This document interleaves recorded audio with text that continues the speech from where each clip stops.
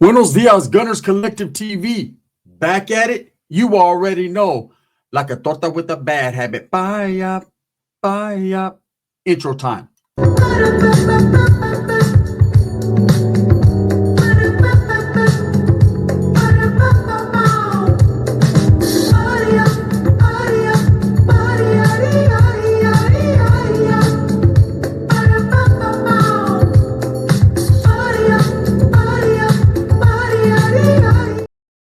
Welcome back to Gunners Collective TV. And if you haven't already hit that like and subscribe button, make sure you go ahead and do that. Put your notification bell on all so that way you're directed in the direction of the dope content that the gun stays kicking. And I appreciate all the support, man. I'm very humbled by it. So before all you trolls and weirdos go in on me about my eyebrows, scar tissue, homie. Scar tissue, homie. Real wars, real battle. Really got fucked up, right? I got scar tissue, man. That's why I got half an eyebrow, you know? Hey, at least I can never have a unibrow. That's real talk. But anyways, let's get into the content of the day, man. I want to tell you guys a story about doing time. I was talking to some homie and he reminded me of it. So I was like, you know what? I'm going to tell that story on YouTube. That makes for great content and content purposes. You know, when you're in jail, prison, juvenile hall, youth authority, anywhere you go, placement, your reputation is what you make of it. Okay? If you're a gang member, an active gang member, you're in the mix. Whatever you have done doesn't count in prison, but it's definitely a good look. You meet people, they're like, hey, yeah, I know the vato right there. He's a good gente. You know what I'm saying? Sabes que me and him shared the cuca many a times. Hey, he's a good vato, right? They know you from the reputation from the streets or while incarcerated. But when no one knows you, when you've bullshitted your way, you're eventually going to get your cobijas pulled, meaning you're going to get exposed. They're going to realize who you said you were. You weren't. Now, this is a story about a guy who took the racial line and pushed it to the side and thought he could trick the skinheads of all people in prison that he was a white man, brother, right? Now, he was fair-skinned. He was a big fat dude. I remember seeing him on the yard and he was running with the woods and the skins and I didn't think nothing of it. Like, okay, that's what he is. That's what he is, right? One thing you don't do in prison is question another group's get down. You don't ask them, hey, why do you do this or why do you do that? Their procedures, their politics is theirs and theirs only, right? It's not to be explained, especially to someone that ain't them, and they won't. Woods and whites are not going to tell you their business, and they're not going to ask a Norteño or a Southsider or a black their business, okay? When it comes time to take care of business, it just cracks off. That's just the way it is in prison. Many a times I've seen it crack off over something very, very just it wasn't even a big deal. Something just like it could have been avoided with conversation. But hey, prison is prison, especially on a level 4 or 3 yard where motherfuckers are waiting. They're salivating. Babas, they're waiting to crack it off for any little reason. Now, this guy got there, right? And he got there prior to me getting there. So I don't know what story he told him eventually. I did talk to a wood in the oil when we were doing the whole time. I kind of, even though I wasn't supposed to, I asked him a little bit and he said a little bit too much. But I was like, what's up, bro? What happened? So he told me a tale. A story while he was in the hole and what he was in the hole for, right? And I was like, wow, I never thought a dude would do this. Seen it happen before in the youth authority where there was a dude from Bakersfield try to go in there and play bulldog. Eventually, he got found out. And the reason he got found out is he chose the wrong Blackasso, the wrong nickname. Let me tell that story before I tell the real one, right? Dude gets there in Nellis, didn't like him, disgusting, smelled like fucking ceviche, right? Every time he walked by, it was like a catfish shop. Just, oh my God. It's about to smell like fucking the Monterey Bay Aquarium. He was all fucked up, right? Just stunk. So I never cared for him. He had a hairy ass back. He'd walk with his shirt off. And he had a couple quacked ass tattoos, right? He had a couple bulldog tattoos. I thought he was a perro. Now, when he got there, bulldogs were still functioning as northerners. So he was a homie, but he wasn't my homie per se, meaning he's a homie. Yes, I'd have fucking backed this play, got off with them. We did a couple times in the school area, unfortunately, right? But lo and behold, little did I know and little did everyone know, he was really a Southsider from Bakersfield named Fat Cat. So what had happened was he gets to OH close. Another why it's like they sent a lot of youngsters. That's where I was trying to go because I was young, but they ended up sending my dumb ass to Nellis. But I was trying to get to OH close with them, with all the homies. There was a gang of dogs, gang of northerners. They were all the same shit. And it was just, they were having it their way, right? Because it was all youngsters. Anyways, when he got there, when he first pulled up, he was representing Baker's Trece. It's a barrio in Bakersfield, right? They called him Mr. Fat Cat. Well, right when he gets there, he gets jumped on by a gang of Northerners immediately right off the bus. He ends up going to the hole. He doesn't want to go back. Now, there was no protective custody in the youth authority. You couldn't just say, I'm not going to the yard.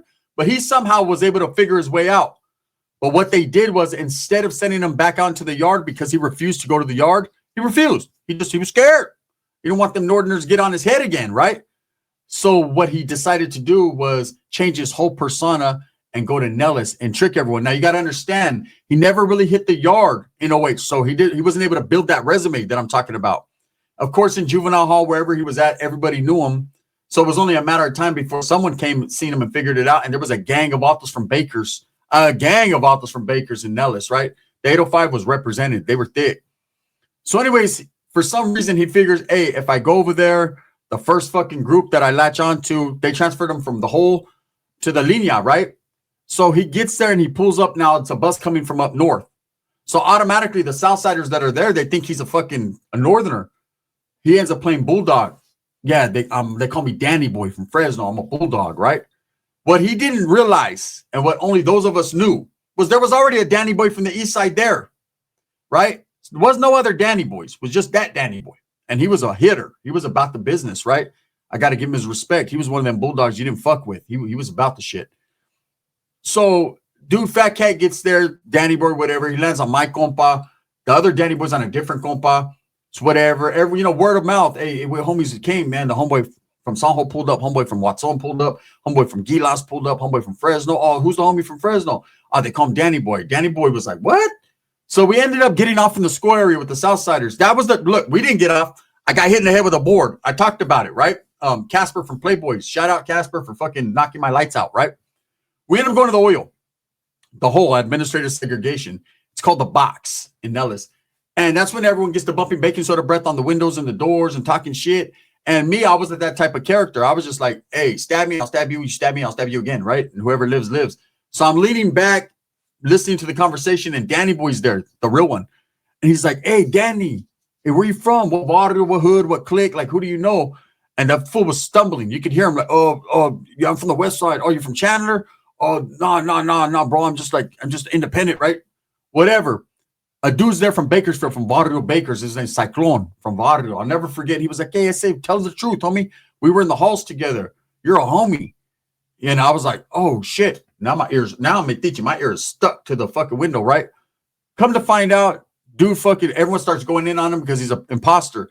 He ends up then he's like, fuck all you busters and Bulldogs. Well, I'm a Southsider with a Bulldog tattoo, right?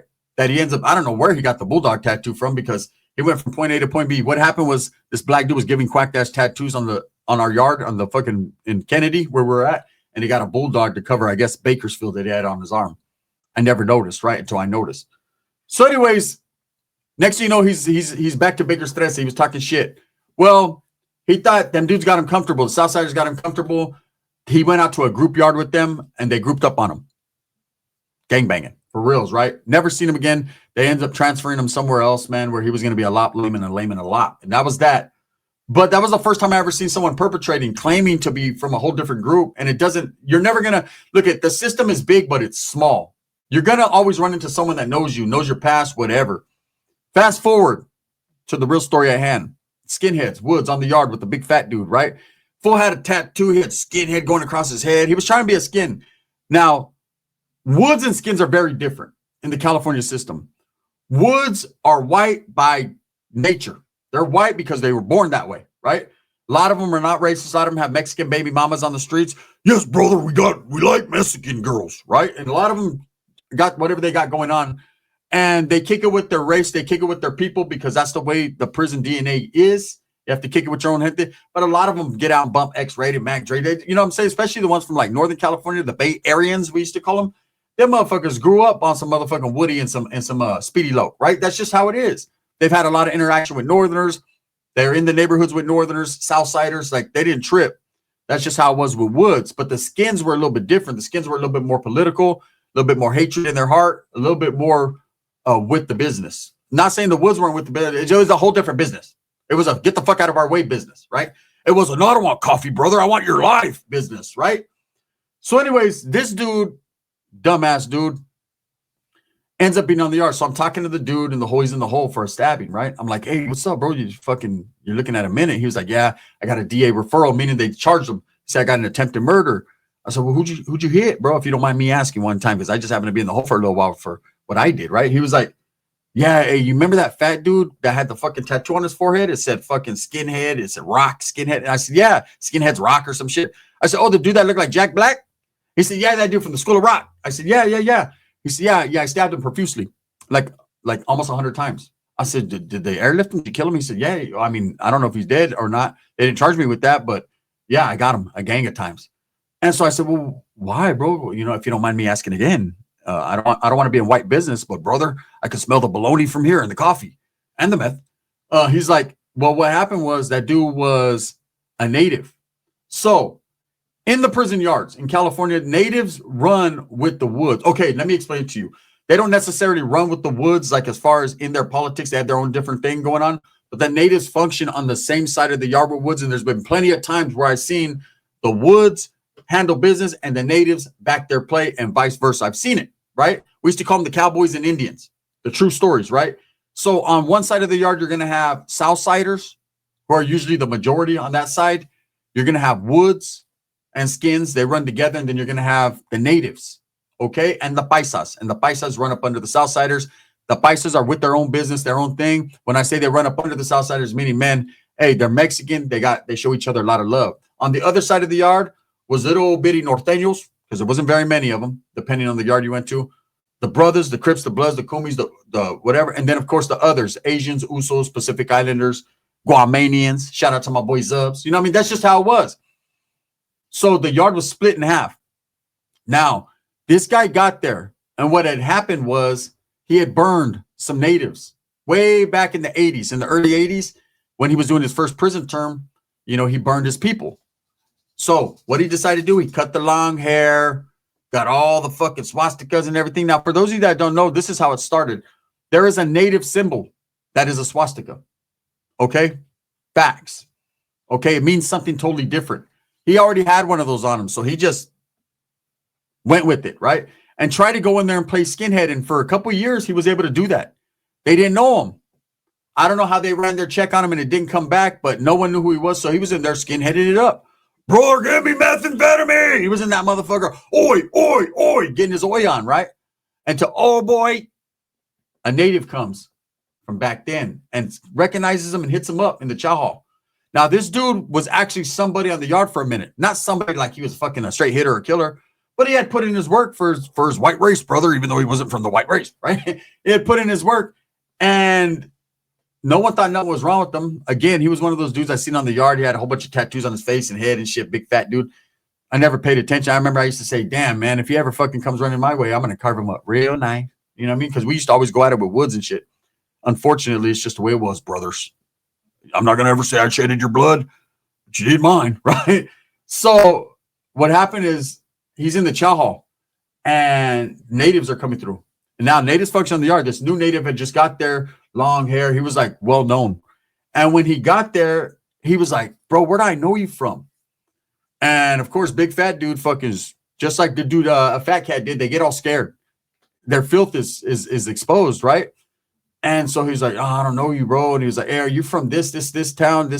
Like, you were in this prison back in these days? And, you know, he's hitting him up. And dude's like, nope, no. Too many notes. Well, what happened was, it was his young cellie had seen his pictures. You know, they're cellies. And when he seen his pictures, he said, hey, bro, why you got a lot of native stuff like in your pictures? Like, you guys got the fucking dream catchers. And he's like, oh, brother, that's just, you know, I got family. You know, we're all come from native blood, but I got family, this, that. We're Cherokee, right? And dude was like, nah, it's too much native shit. He used to do beating and just do things that the natives do. Like, he couldn't let it go. It was his culture, right? And so he ended up telling the cellie, yeah, bro, I'm actually half native or this and that, but I claim my white side, which is cool. You could do that. You know, if you're wood, it's white is right, brother. But you can't fucking be part of one group and then join another. You know what I'm saying? You got to let that be known. Especially, you can't burn a group and then fucking say, I'm going to switch up all of a sudden and be this now. So this is what he did. And he done, right? Now it's happened. Dudes have switched to the other sides. There was a dude named Ashali, if you guys remember, from he was actually from, I think, Long Beach or Bakersfield, and then he switched over to be a norteño from Pittsburgh. Never even been in Pittsburgh. All of a sudden he claimed pitas. But it happens. Dudes do switch up from time to time. But skinheads ain't having that. So when the dude native hits him up, the native, it just doesn't sit well. He recognized him. He's like, yeah, motherfucker cut his hair, got a few more tattoos, but I know this dude. So he tells the one of the skinheads, he's like, hey, bro, look, I'm not trying to cause no tension or nothing, but that dude was on this yard back in the day. He was functioning as a native. He wasn't skinned, none of that, right? So, of course, they hit him up. He's like, hell nah, bro. And they're like, hey, you're going to have to do something to that native because he's over here spreading fucking rumors about you, bro. You mean we'll get off with you. Let's get off. Nah. So then they start drilling him and he starts saying, okay, I'm half. You know what I'm saying? His celly comes out and says, nah, that motherfucker's native, bro. That fool told me this, and that. And so, like, they're trying to decide what they're going to do with them. Well, along comes my neighbor, the one telling me the story. Him and a couple other little woods got tasked with the program. The skinheads were not playing. Dude had to go. All because he lied about his resume and who he was. But dude wasn't no sucker, though, right? He was a sucker in the fact that he switched up and whatever for whatever reason, but he wasn't no sucker. So what he decided to do was, I'm going to get off on the native, right? Because he was like, look, man, they were like, if you get off on that native dude, then we know you're really with us and that he was just bullshitting. Even though they already by now they had another plan. The plan was, we're going to send the 3 little homies on him. They're going to fucking whack him. So everything was supposed to go down the same day. This dude was supposed to go get off on the native. They figured, fuck, the native's talking. He's in the skinhead business. Let's get off on him anyways. So he was going to go get off on the native, but he didn't know these 3 guys were on him. So they're all walking the track together. The skinheads told him, hey, these guys are going to assist you. You know what I mean? You're going to get off. They're going to be the bombers. They're just going to stay on him. All right, cool. Now, the natives are watching the woods, and they already have a plan too. Oh, these skinheads are going to try to take off on the homie. We're going to get off. It was chaos, right? Everybody's plan. That's prison. You never know what everyone's thinking. You know what everyone's thinking, but you never know when they're going to think it, right? So everyone's plotting and planning on each other. So what happened was dude got out. He has a banger on him. So these woods that are there, the dude who's telling me the story, they have bangers on him because they know this dude has a banger on him. They had to somehow devise a plan how he could put his banger in that dude and they could put their bangers in him. There was a lot of bangerization going on. So dude takes flight on the native. The natives, as soon as he takes flight on the natives all jump in. So now you got woods versus natives, but they're trying to kill the wood, the native wood, right? We're going to just call him fucking Pocahontas, right? And it was crazy. What ended up happening was the dude that I talked to, man, they hit that dude fucking, the fake native guy. They hit him like over 100 times, like almost 100 times, left him leaking. He hit the other native dude 2 times. Then the native stomped everyone out. Woods finally came over there and it cracked out between natives and woods, but it was just not a big issue, I guess, later on. The fact is, this dude made the worst mistake ever in prison. He went in trying to be somebody he was not. There's a lot of dudes that do that trying to play gangster and then get gangsterized. Tyson said, everyone's fucking a gangster till they get socked in the mouth, right? Same thing happened with this dude. He tried to play the role. And, you know, the trickery dickery doc, man, is fucked up. I told you guys, man, in my situation, when I became non-active, I was in Susanville. And when we first got to the oil, what happened was they were sending all the northerners from like Tracy, whatever your reception was, Wasco, wherever you came from, right? Everyone that landed in Susanville, Lassen, level 3 yard at that time, they were flipping the yard. It was a degenerate yard. It was a 50-50 yard, meaning they were non-active northerners on that yard. They got into it with the skins over tobacco. They were being replaced with us, active northerners. But before they just threw us on the yard, before the skinheads could chop our heads off, they put us in the oil. So there's about 80 of us in the hole coming from every different county waiting, right? And they were going to flip the yard. Eventually, they sent us out there that night. Well, when we got there, there was already a dude who said he was a big homie at the time, right? If those of you that don't know what a big homie is, well, then you'll never know. But he was on Walk Alone. And they said that he was on Walk Alone and he used to be on the yard. Well, we'd be on the yard, group yard, all the northerners busting down, doing machina. He was there doing machina, running the machina because he was supposed to be somebody. He was from Castroville, right? Castro, his name was Evil. And I would always see this gang task dude go talk to him and whatever. And I figured they're just showing him respect because of who he is, right? But really, at the end of the day, Gavato was not good. He established that whole yard for us, like everything, because he knew his shit, but he was not in good standings. In fact, he was telling on some people back there.